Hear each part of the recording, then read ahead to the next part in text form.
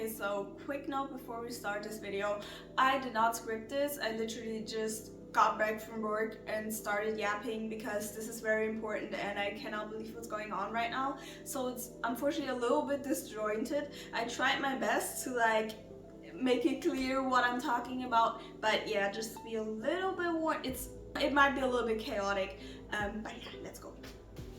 Hey guys, and welcome to the video I never thought I was gonna have to make, but it's important, so we need to talk about it. As you can tell from the title, we're talking about Seunghan today and the absolute batshit crazy stuff that's been happening, because this isn't just a problem for Riize and us wanting the 7 members, but this is also an issue for the entire K-pop industry and for every single idol out there. So even if you don't stan Riize, heck, even if you don't even stan any SM groups, this could still affect your favorite idols, and it's super dangerous. So, if you don't know what's going on, a little backtrack. Riize is a 7-member group, and directly after the first comeback, one member, Seunghan, got exposed for having a girlfriend and smoking pre-debut. I don't even get how that's such an issue, but we know how bad South Korea is.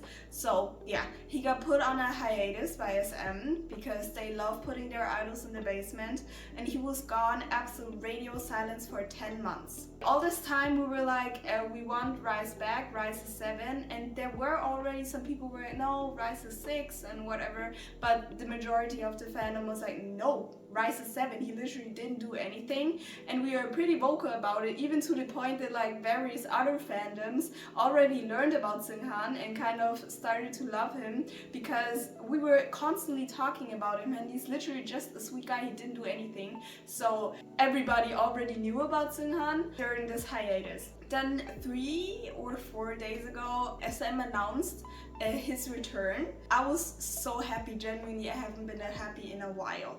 Genuinely.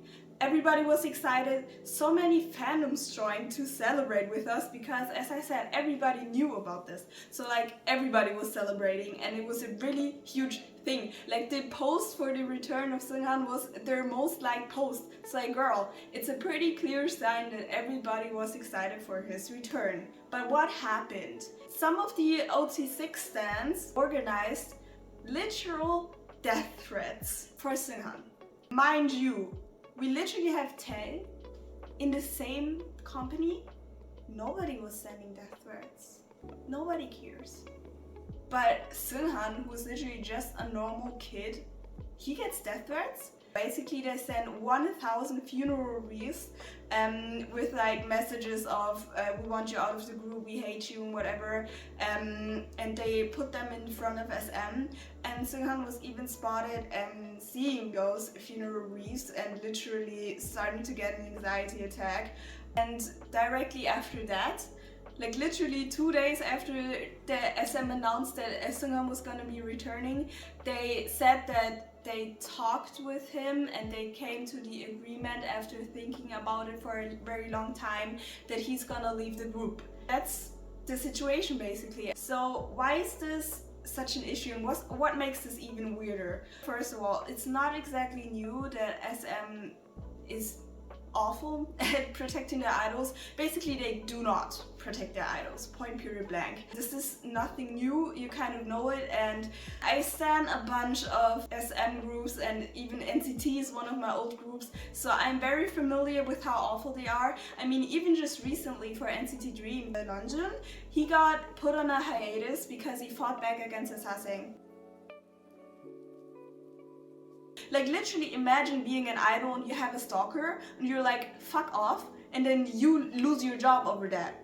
Insane. So it's nothing new from SM, but it is crazy that a literal dude who was just dating pre-debut, might I add, pre-debut, so they can't even say it was a contact breach or anything. No, it was pre-debut, he dated and he smoked, and the craziest part about all this is that his ex-girlfriend didn't even say anything bad about him. These crazy people would say anything, but she didn't even say anything bad about him, which is genuinely such a big sign that everything is fine. You would have heard everywhere from it, but she literally didn't say anything because he's literally just a kid and he's a good guy.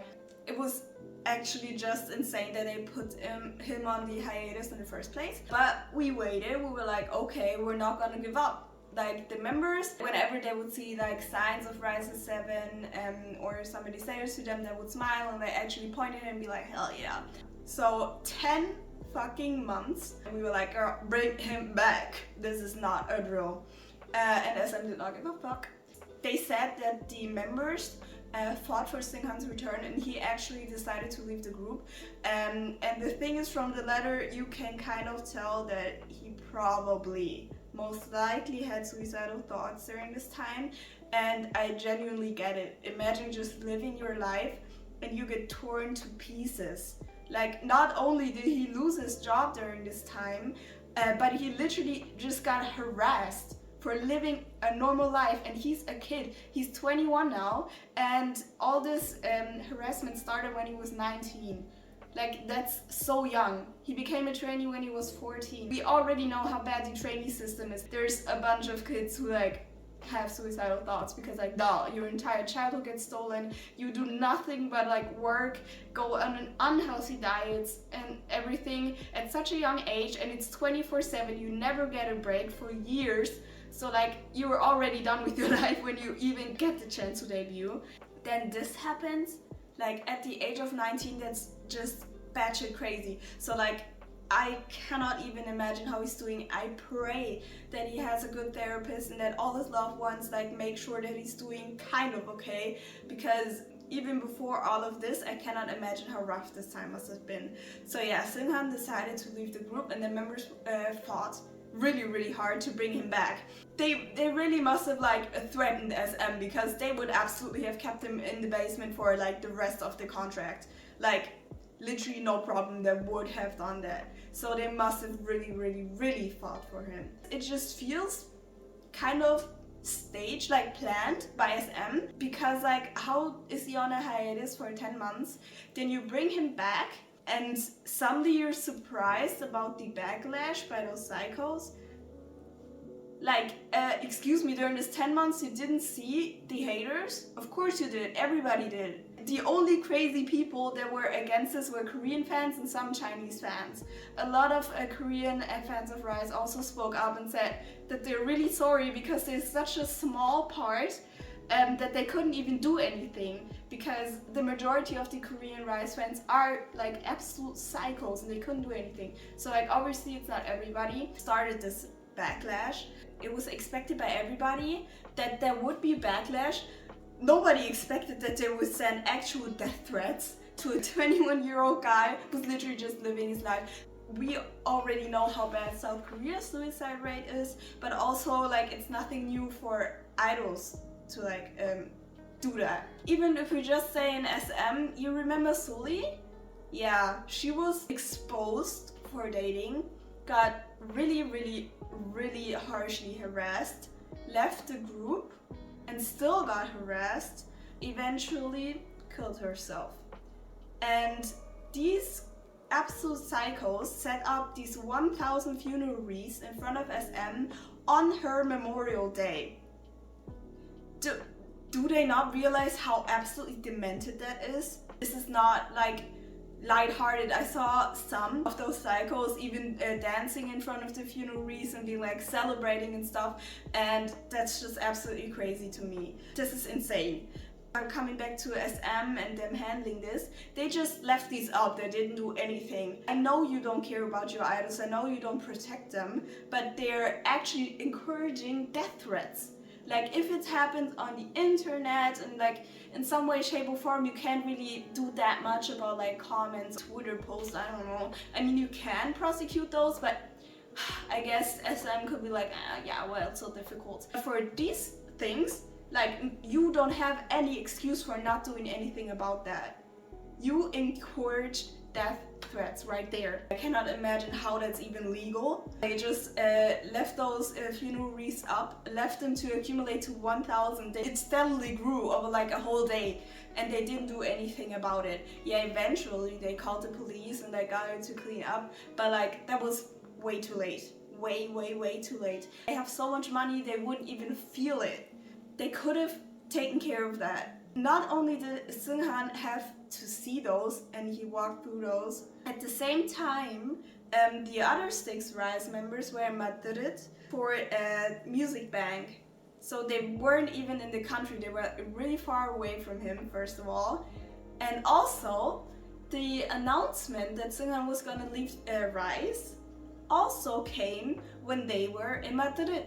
They didn't even know about this until they landed back in Korea. Literally half an hour before performing, Wobin posted on Weverse how it was the members' decision to bring Seunghan back. By the way, they made him delete the post afterwards, so that it was entirely him. He went out of his way, like before performing, to write a whole ass letter that OT610 should shut the fuck up, that the members made this decision and that they should respect the members' decision that they want Seunghan back. A lot of fans also posted that they literally do not care about the opinion of the members since they purchased them and they're paying for them. A lot of these people aren't even posting these on like private accounts or anything, they're just posting them because it's so normal that idols should be products to them to purchase and that they can do whatever they want. Like, those are living human beings. Do they think that like Riize will still like them after that?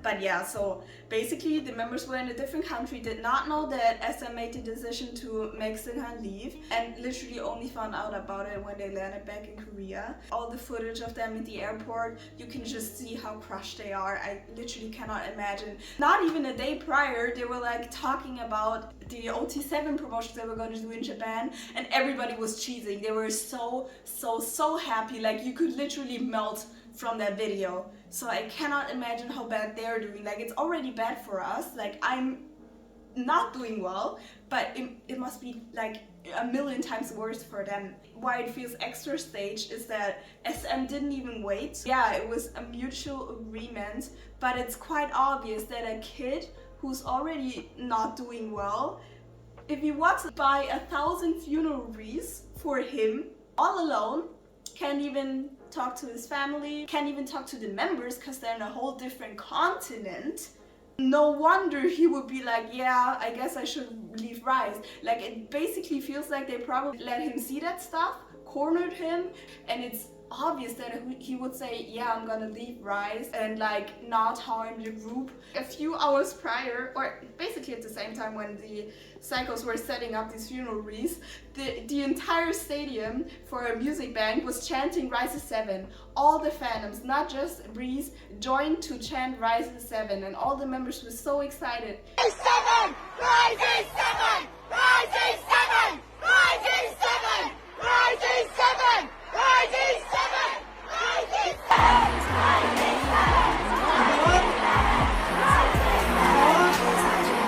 Like, you cannot say that like you reviewed and the fans' opinion said that they don't want Seunghan back. No, the OT6 stands, the Korean OT6 stands didn't want him back. And the problem is, if you do not care about global opinions, even though there's millions of us, and only care about like these fuck as 20 cycles back in your country, then you cannot promote yourself and your groups as global. Then you should not empty our pockets for your gain if you do not care about our opinion. Imagine like 10 people being like, I don't like this, and the rest of the world is like, well, I do. And then you're like, well, they said they don't like it, so I do understand why they only care about Korean fans, but the thing is still, if you only care about Korean fans, then stay in your fucked up country. The thing is, why is that so dangerous for other groups as well? Well, first of all, SM still has like a chokehold on the entire industry. The thing is, basically what they said to these absolute psychos is, okay, you can just literally threaten our idols and we will not do anything about it. Actually, we will listen to you. You're right. Yeah, of course, it's fine that you threatened them. At this moment, it was non-violent, but it's a really thin thread between like actually physically sending somebody death threats and dancing and cheering in front of them to like maybe stalking them and actually harming them. Like, we already have sasaengs, we already know about them, but like basically now SM, who has such a big influence on like the entire industry allowed these people to do whatever they want and they would just go with the flow. So now I'm actually scared for every other group out there. Do y'all remember in Hyphens, Bite Me? They also literally got harassed until they removed the female backup dancers. That was already insane. They literally harassed them and like were like, yo, you cannot dance with any female people because no, you need to stay away from women and bow to them. Now we had SM be like, okay, you can send death threats. Yeah, it's fine, it's fine. So like that's gonna happen to a bunch of other groups as well, just because they care about their Korean base more than the rest of the world. I'm just genuinely scared for all these idols out there because Lord knows that a bunch of them are suicidal and also just smoke, have dated before. If they haven't yet, probably minors. They're gonna get exposed for all these things and they will get not only like harassed, I need a stronger word honestly, their lives are gonna get ruined and it's gonna be so bad. Basically it's gonna be so bad. It's really important that like all of us gather together now and say something about it. You need to speak up, you always do. You are important, every one of us is important.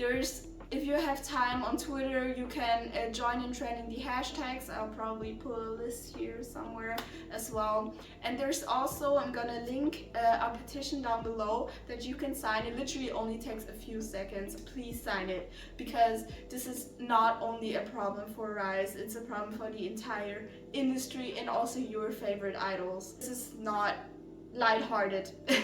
We cannot like make a joke out of this. Just spread this. So yeah, thank you for watching this video and yeah, have a great time.